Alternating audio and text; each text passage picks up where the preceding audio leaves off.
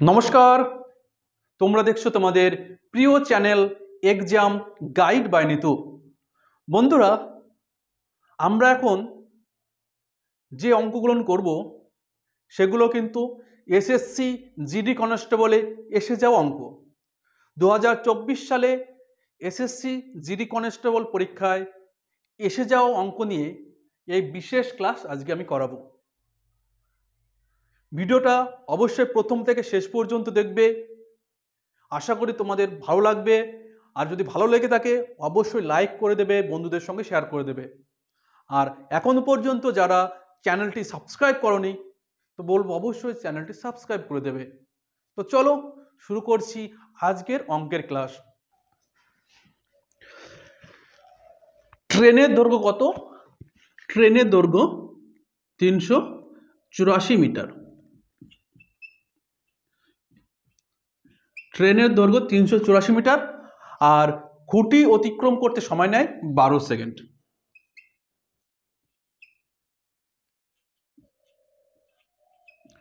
বারো সেকেন্ডে একটি খুঁটিকে অতিক্রম করছে। তো দেখো, খুঁটি অতিক্রম করা মানে নিজের দৈর্ঘ্যকেই অতিক্রম করা। তো নিজের দৈর্ঘ্য এই 384 মিটার অতিক্রম করতে সময় নেয় 12 সেকেন্ড। ঠিক আছে, তো এইবার দেখো আমাদের বলেছে অপর একটি ট্রেন বিপরীত দিক থেকে এসে এই ট্রেনকে 12 সেকেন্ডে অতিক্রম করে। তো বিপরীত দিকতে বলতে বোঝায় একটা এদিক থেকে এদিক যাবে আর একটা এদিক থেকে এদিকে আসবে। ঠিক আছে, তো তারা পরস্পরকে 12 সেকেন্ডে অতিক্রম করছে। ঠিক আছে, তো এখন আমাদের বলেছে এই যে দ্বিতীয় ট্রেন, এই দ্বিতীয় ট্রেনের গতিবেগ কত। আবার যেটা বলেছে দুটো ট্রেনের দৈর্ঘ্য কিন্তু সমান। তো এই ট্রেনের দৈর্ঘ্য 384 মিটার আর এই ট্রেনের দৈর্ঘ্য 384 মিটার। তো দেখো, পরস্পরকে যখন অতিক্রম করছে তখন কিন্তু তাদের দৈর্ঘ্য যোগ হয়ে যাবে। ঠিক আছে, তাহলে এদের দৈর্ঘ্য কত যোগ করলে কত হচ্ছে? 8, 16, 7 এত মিটার। তো এত মিটার যাচ্ছে কত সেকেন্ডে? 12 সেকেন্ডে। 12 সেকেন্ডে এত মিটার যাচ্ছে, তাহলে 1 সেকেন্ডে কতটুকু যায় ভাগ করলে হয়ে যাবে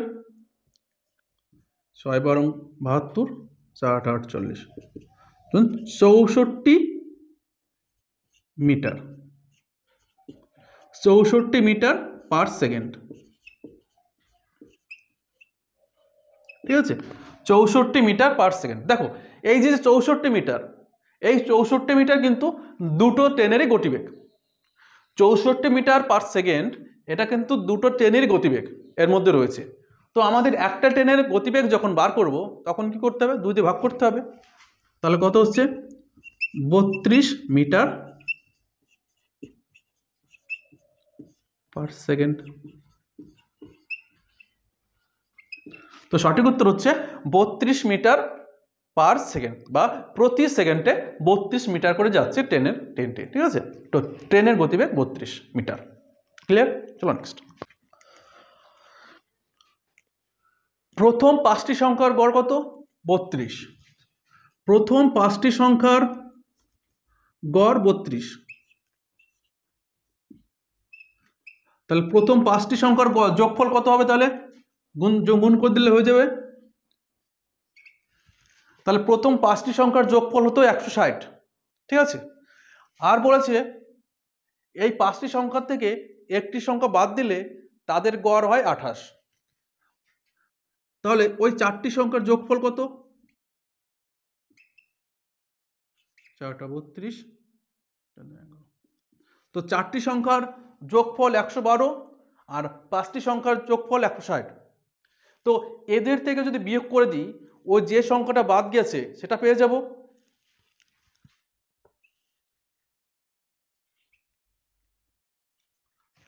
তো 48।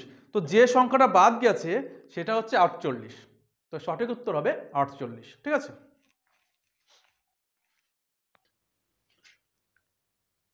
তাহলে আমরা প্রথমে কি করব, 32 পর্যন্ত মৌলিক সংখ্যা বের করব। তাহলে 32 পর্যন্ত মৌলিক সংখ্যাগুলো কি কি?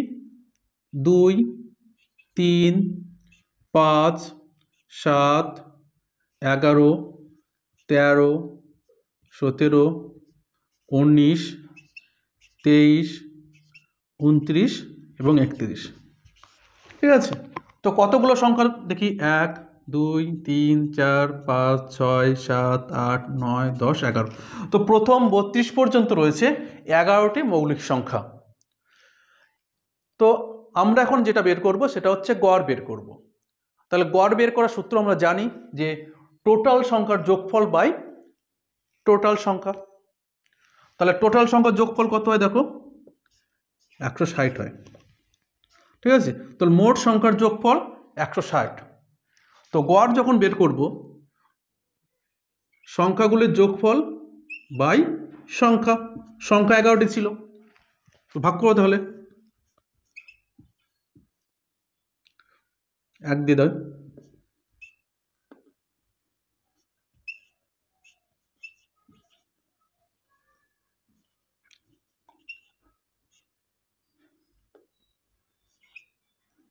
যায় না শূন্য।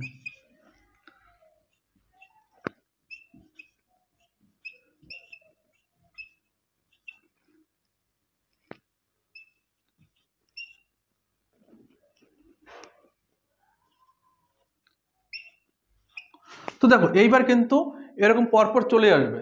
তো দেখো অপশনে রয়েছে 14.54। ঠিক আছে, অপশনে কিন্তু 14.54 রয়েছে। তো সঠিক উত্তর হবে 14.54 এদের গড়। ঠিক আছে,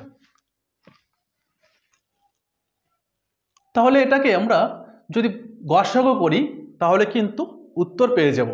ঠিক আছে, তো আমরা ভাগ প্রক্রিয়ার সঙ্গে গসাগু করব, যেটা ছোট সংখ্যাকে দিয়ে বড় সংখ্যাকে ভাগ করব। ঠিক আছে, তো ছোট সংখ্যা কত? 1003, আর বড় সংখ্যা 2703। ভাগ করি।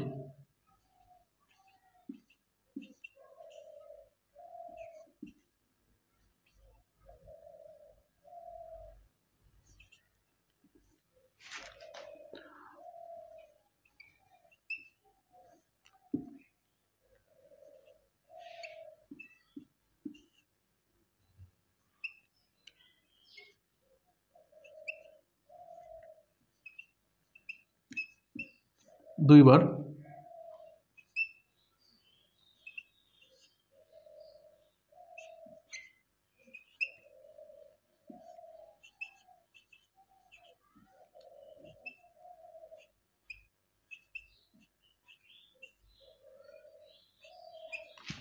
এবার দেখো এদিকে আমি নিয়ে আসি। ঠিক আছে,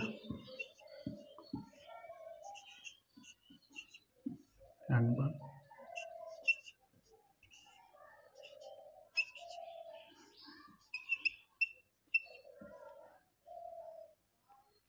সরি 51টা।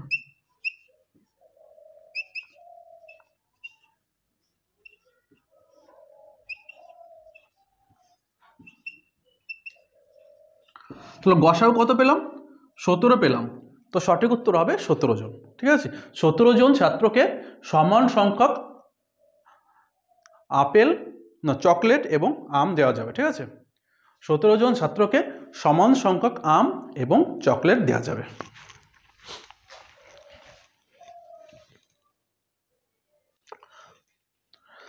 আমরা এখন তাহলে খাতা এক্স ধরব এবং কলমকে হয় ধরে নেব। ঠিক আছে, খাতা এক্স ধরলাম, কলম হয় ধরলাম। তো প্রথমে বলেছে 3টি খাতা আর 6টি কলমের দাম 3000 টাকা। এটা আমাদের প্রথম সূত্র বলেছে। ঠিক আছে, তো আমরা এখানে কমন নেব 3। কমন নেওয়ার পর এক্স প্লাস 2y সমান সমান 3000। তাহলে এক্স প্লাস 2y সমান সমান 1000, আর এক্স সমান সমান 1000 বিয়োগ 2y। তাহলে x এর মান আমরা পেলাম 1000 বিয়োগ 2y। এবার দ্বিতীয় যেটা বলেছে সেটা বলেছে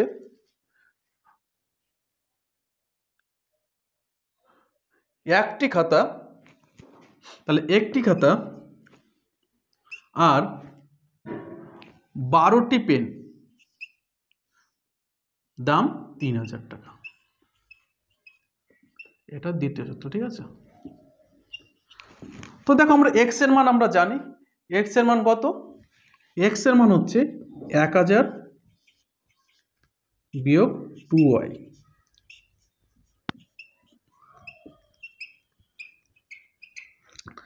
এবার দেখো 1000 টাকা, 1000টা ওদিকে চলে গেল, বিয়োগ হয়ে গেল, আর এদিকে থেকে গেল 10y। 10y সমান সমান, তাহলে 10y সমান সমান 2000, আর y সমান সমান তাহলে 200। তাহলে y কি? কলম। তাহলে একটা কলমের দাম কত?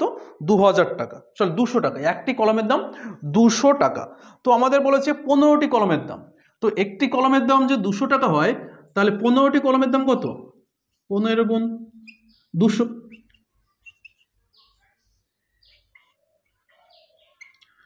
এত টাকা। তো সঠিক উত্তর 3000 টাকা, ঠিক আছে। সঠিক উত্তর হবে 3000 টাকা। বোঝা গেল? চলো নেক্সট।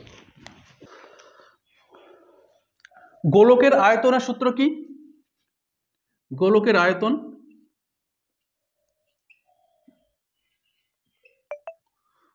(4/3 পাই r কিউব)।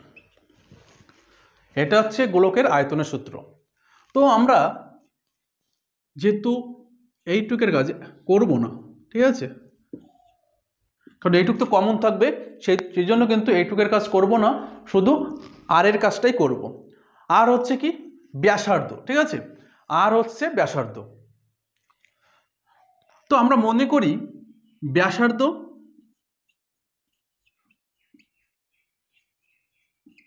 10, ব্যাসার্ধ 10। তো অঙ্কে আমাদের বলেছে ব্যাসার্ধ 50% বৃদ্ধি পেয়েছে। তো ব্যাসার্ধ আগে ছিল 10, তো এখন যদি 50% বৃদ্ধি পায়, তাহলে ব্যাসার্ধ কত হলো? ব্যাসার্ধ হলো 15। তো আগে ছিল 10, এখন হলো 15। তো এই ব্যাসার্ধ বাড়ার জন্য আয়তন কত শতাংশ বৃদ্ধি পেয়েছে, ঠিক আছে। তো আর এর কিউব আমরা বের করব। তাহলে আর এর কিউব মানে 10-এর কিউব, আর এর কিউব মানে 15-এর কিউব। এটা আগের আয়তন, আর এখন এটা বর্তমান আয়তন। তাহলে 10-এর কিউব কত হচ্ছে? 1000, আর 15-এর কিউব কত হচ্ছে? 3375। তাহলে কত বৃদ্ধি পাচ্ছে? আগে ছিল 1000, আর এখন হচ্ছে 3375। তাহলে আয়তন কত বৃদ্ধি পেয়েছে? আয়তন বৃদ্ধি পেয়েছে 2375। আয়তন 2375 বৃদ্ধি পেয়েছে। তো আমাদের বলেছে কত শতাংশ বৃদ্ধি পাবে। তাহলে 1000-এ বৃদ্ধি পায়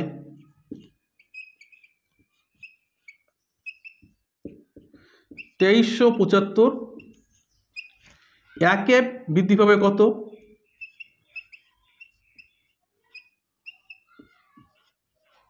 আর 100-তে বৃদ্ধি পাবে কত?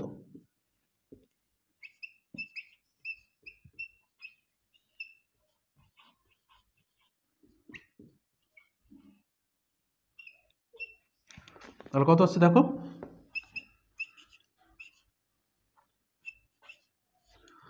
237.5, 237.5 শতাংশ বৃদ্ধি পাচ্ছে, ঠিক আছে। চলো নেক্সট। তাহলে দ্রব্যটির প্রকৃত মূল্য 100%। দ্রব্যটি কত? চিহ্নিত মূল্য কত? চিহ্নিত মূল্য রয়েছে প্রকৃত মূল্যর 50% বেশি। তাহলে চিহ্নিত মূল্য কত? 150%। এবার বলেছে কত, 20% ছাড় দিয়ে বিক্রি করে। তাহলে দেখি 20% ছাড় দিলে কত হয়।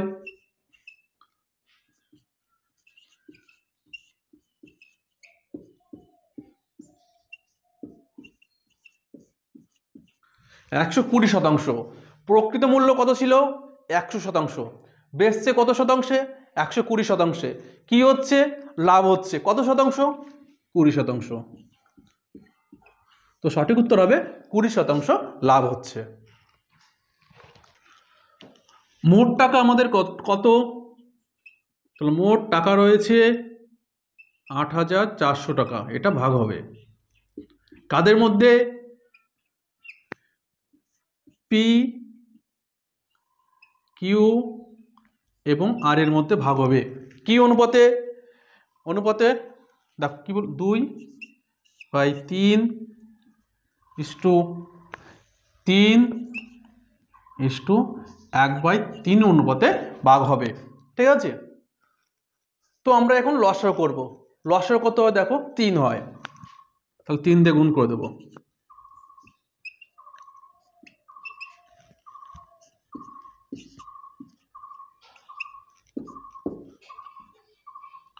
কত, এটা 2:1:1, 2:9:1। ঠিক আছে, তাদের অনুপাত কত হচ্ছে 2:9:1। তো আমাদের বলেছে আর কত টাকা হবে। ঠিক আছে, আর এর অনুপাত 1, 12, 7 বরং 84 সমান সমান কত, 700 টাকা। তা 700 টাকা কে পাবে, এই আর পাবে 700 টাকা। ঠিক আছে, এবার এটাকে মান নির্ণয় করব। এটাকে দেখো, এটাকে স্কোর করতে হবে। তার আগে লক্ষ্য করো, এক ঘর আগে দশমিক রয়েছে, তাহলে স্কোর করলে কি হবে, 2 ঘর আগে দশমিক পড়বে, তাহলে 0.01। এটা দেখো দশমিক রয়েছে 2 ঘর পরে বা আগে। ঠিক আছে, দশমিক রয়েছে 2 ঘর আগে, স্কোর কি করলে কি হবে, দশমিক থাকবে 4 ঘর আগে। এটা এবার যোগ করো, যোগ করার সময় সবসময় এই দশমিকটা কিন্তু একই রাখবে। ঠিক আছে, মানটা, তাহলে প্রথমে দশমিক, তারপরে দেখো 0, তারপর 1, তারপরে 0, তারপরে 1, তাহলে 0.0101 সঠিক উত্তর। ঠিক আছে,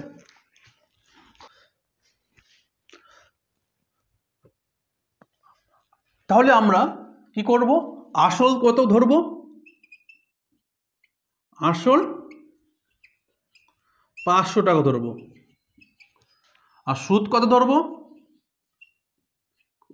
200 ধরবো। তো 5 বছরে কত সুদ হয়েছে, 200 সুদ হয়েছে। তাহলে 1 বছরে কত টাকা সুদ হয়, 40 টাকা। 1 বছরে সুদ হচ্ছে কত, 40 টাকা। কত টাকার উপর, এই 500 টাকার উপর। 500 টাকা সুদ হচ্ছে কত টাকা 1 বছরে, 40 টাকা। 100 টাকার কত,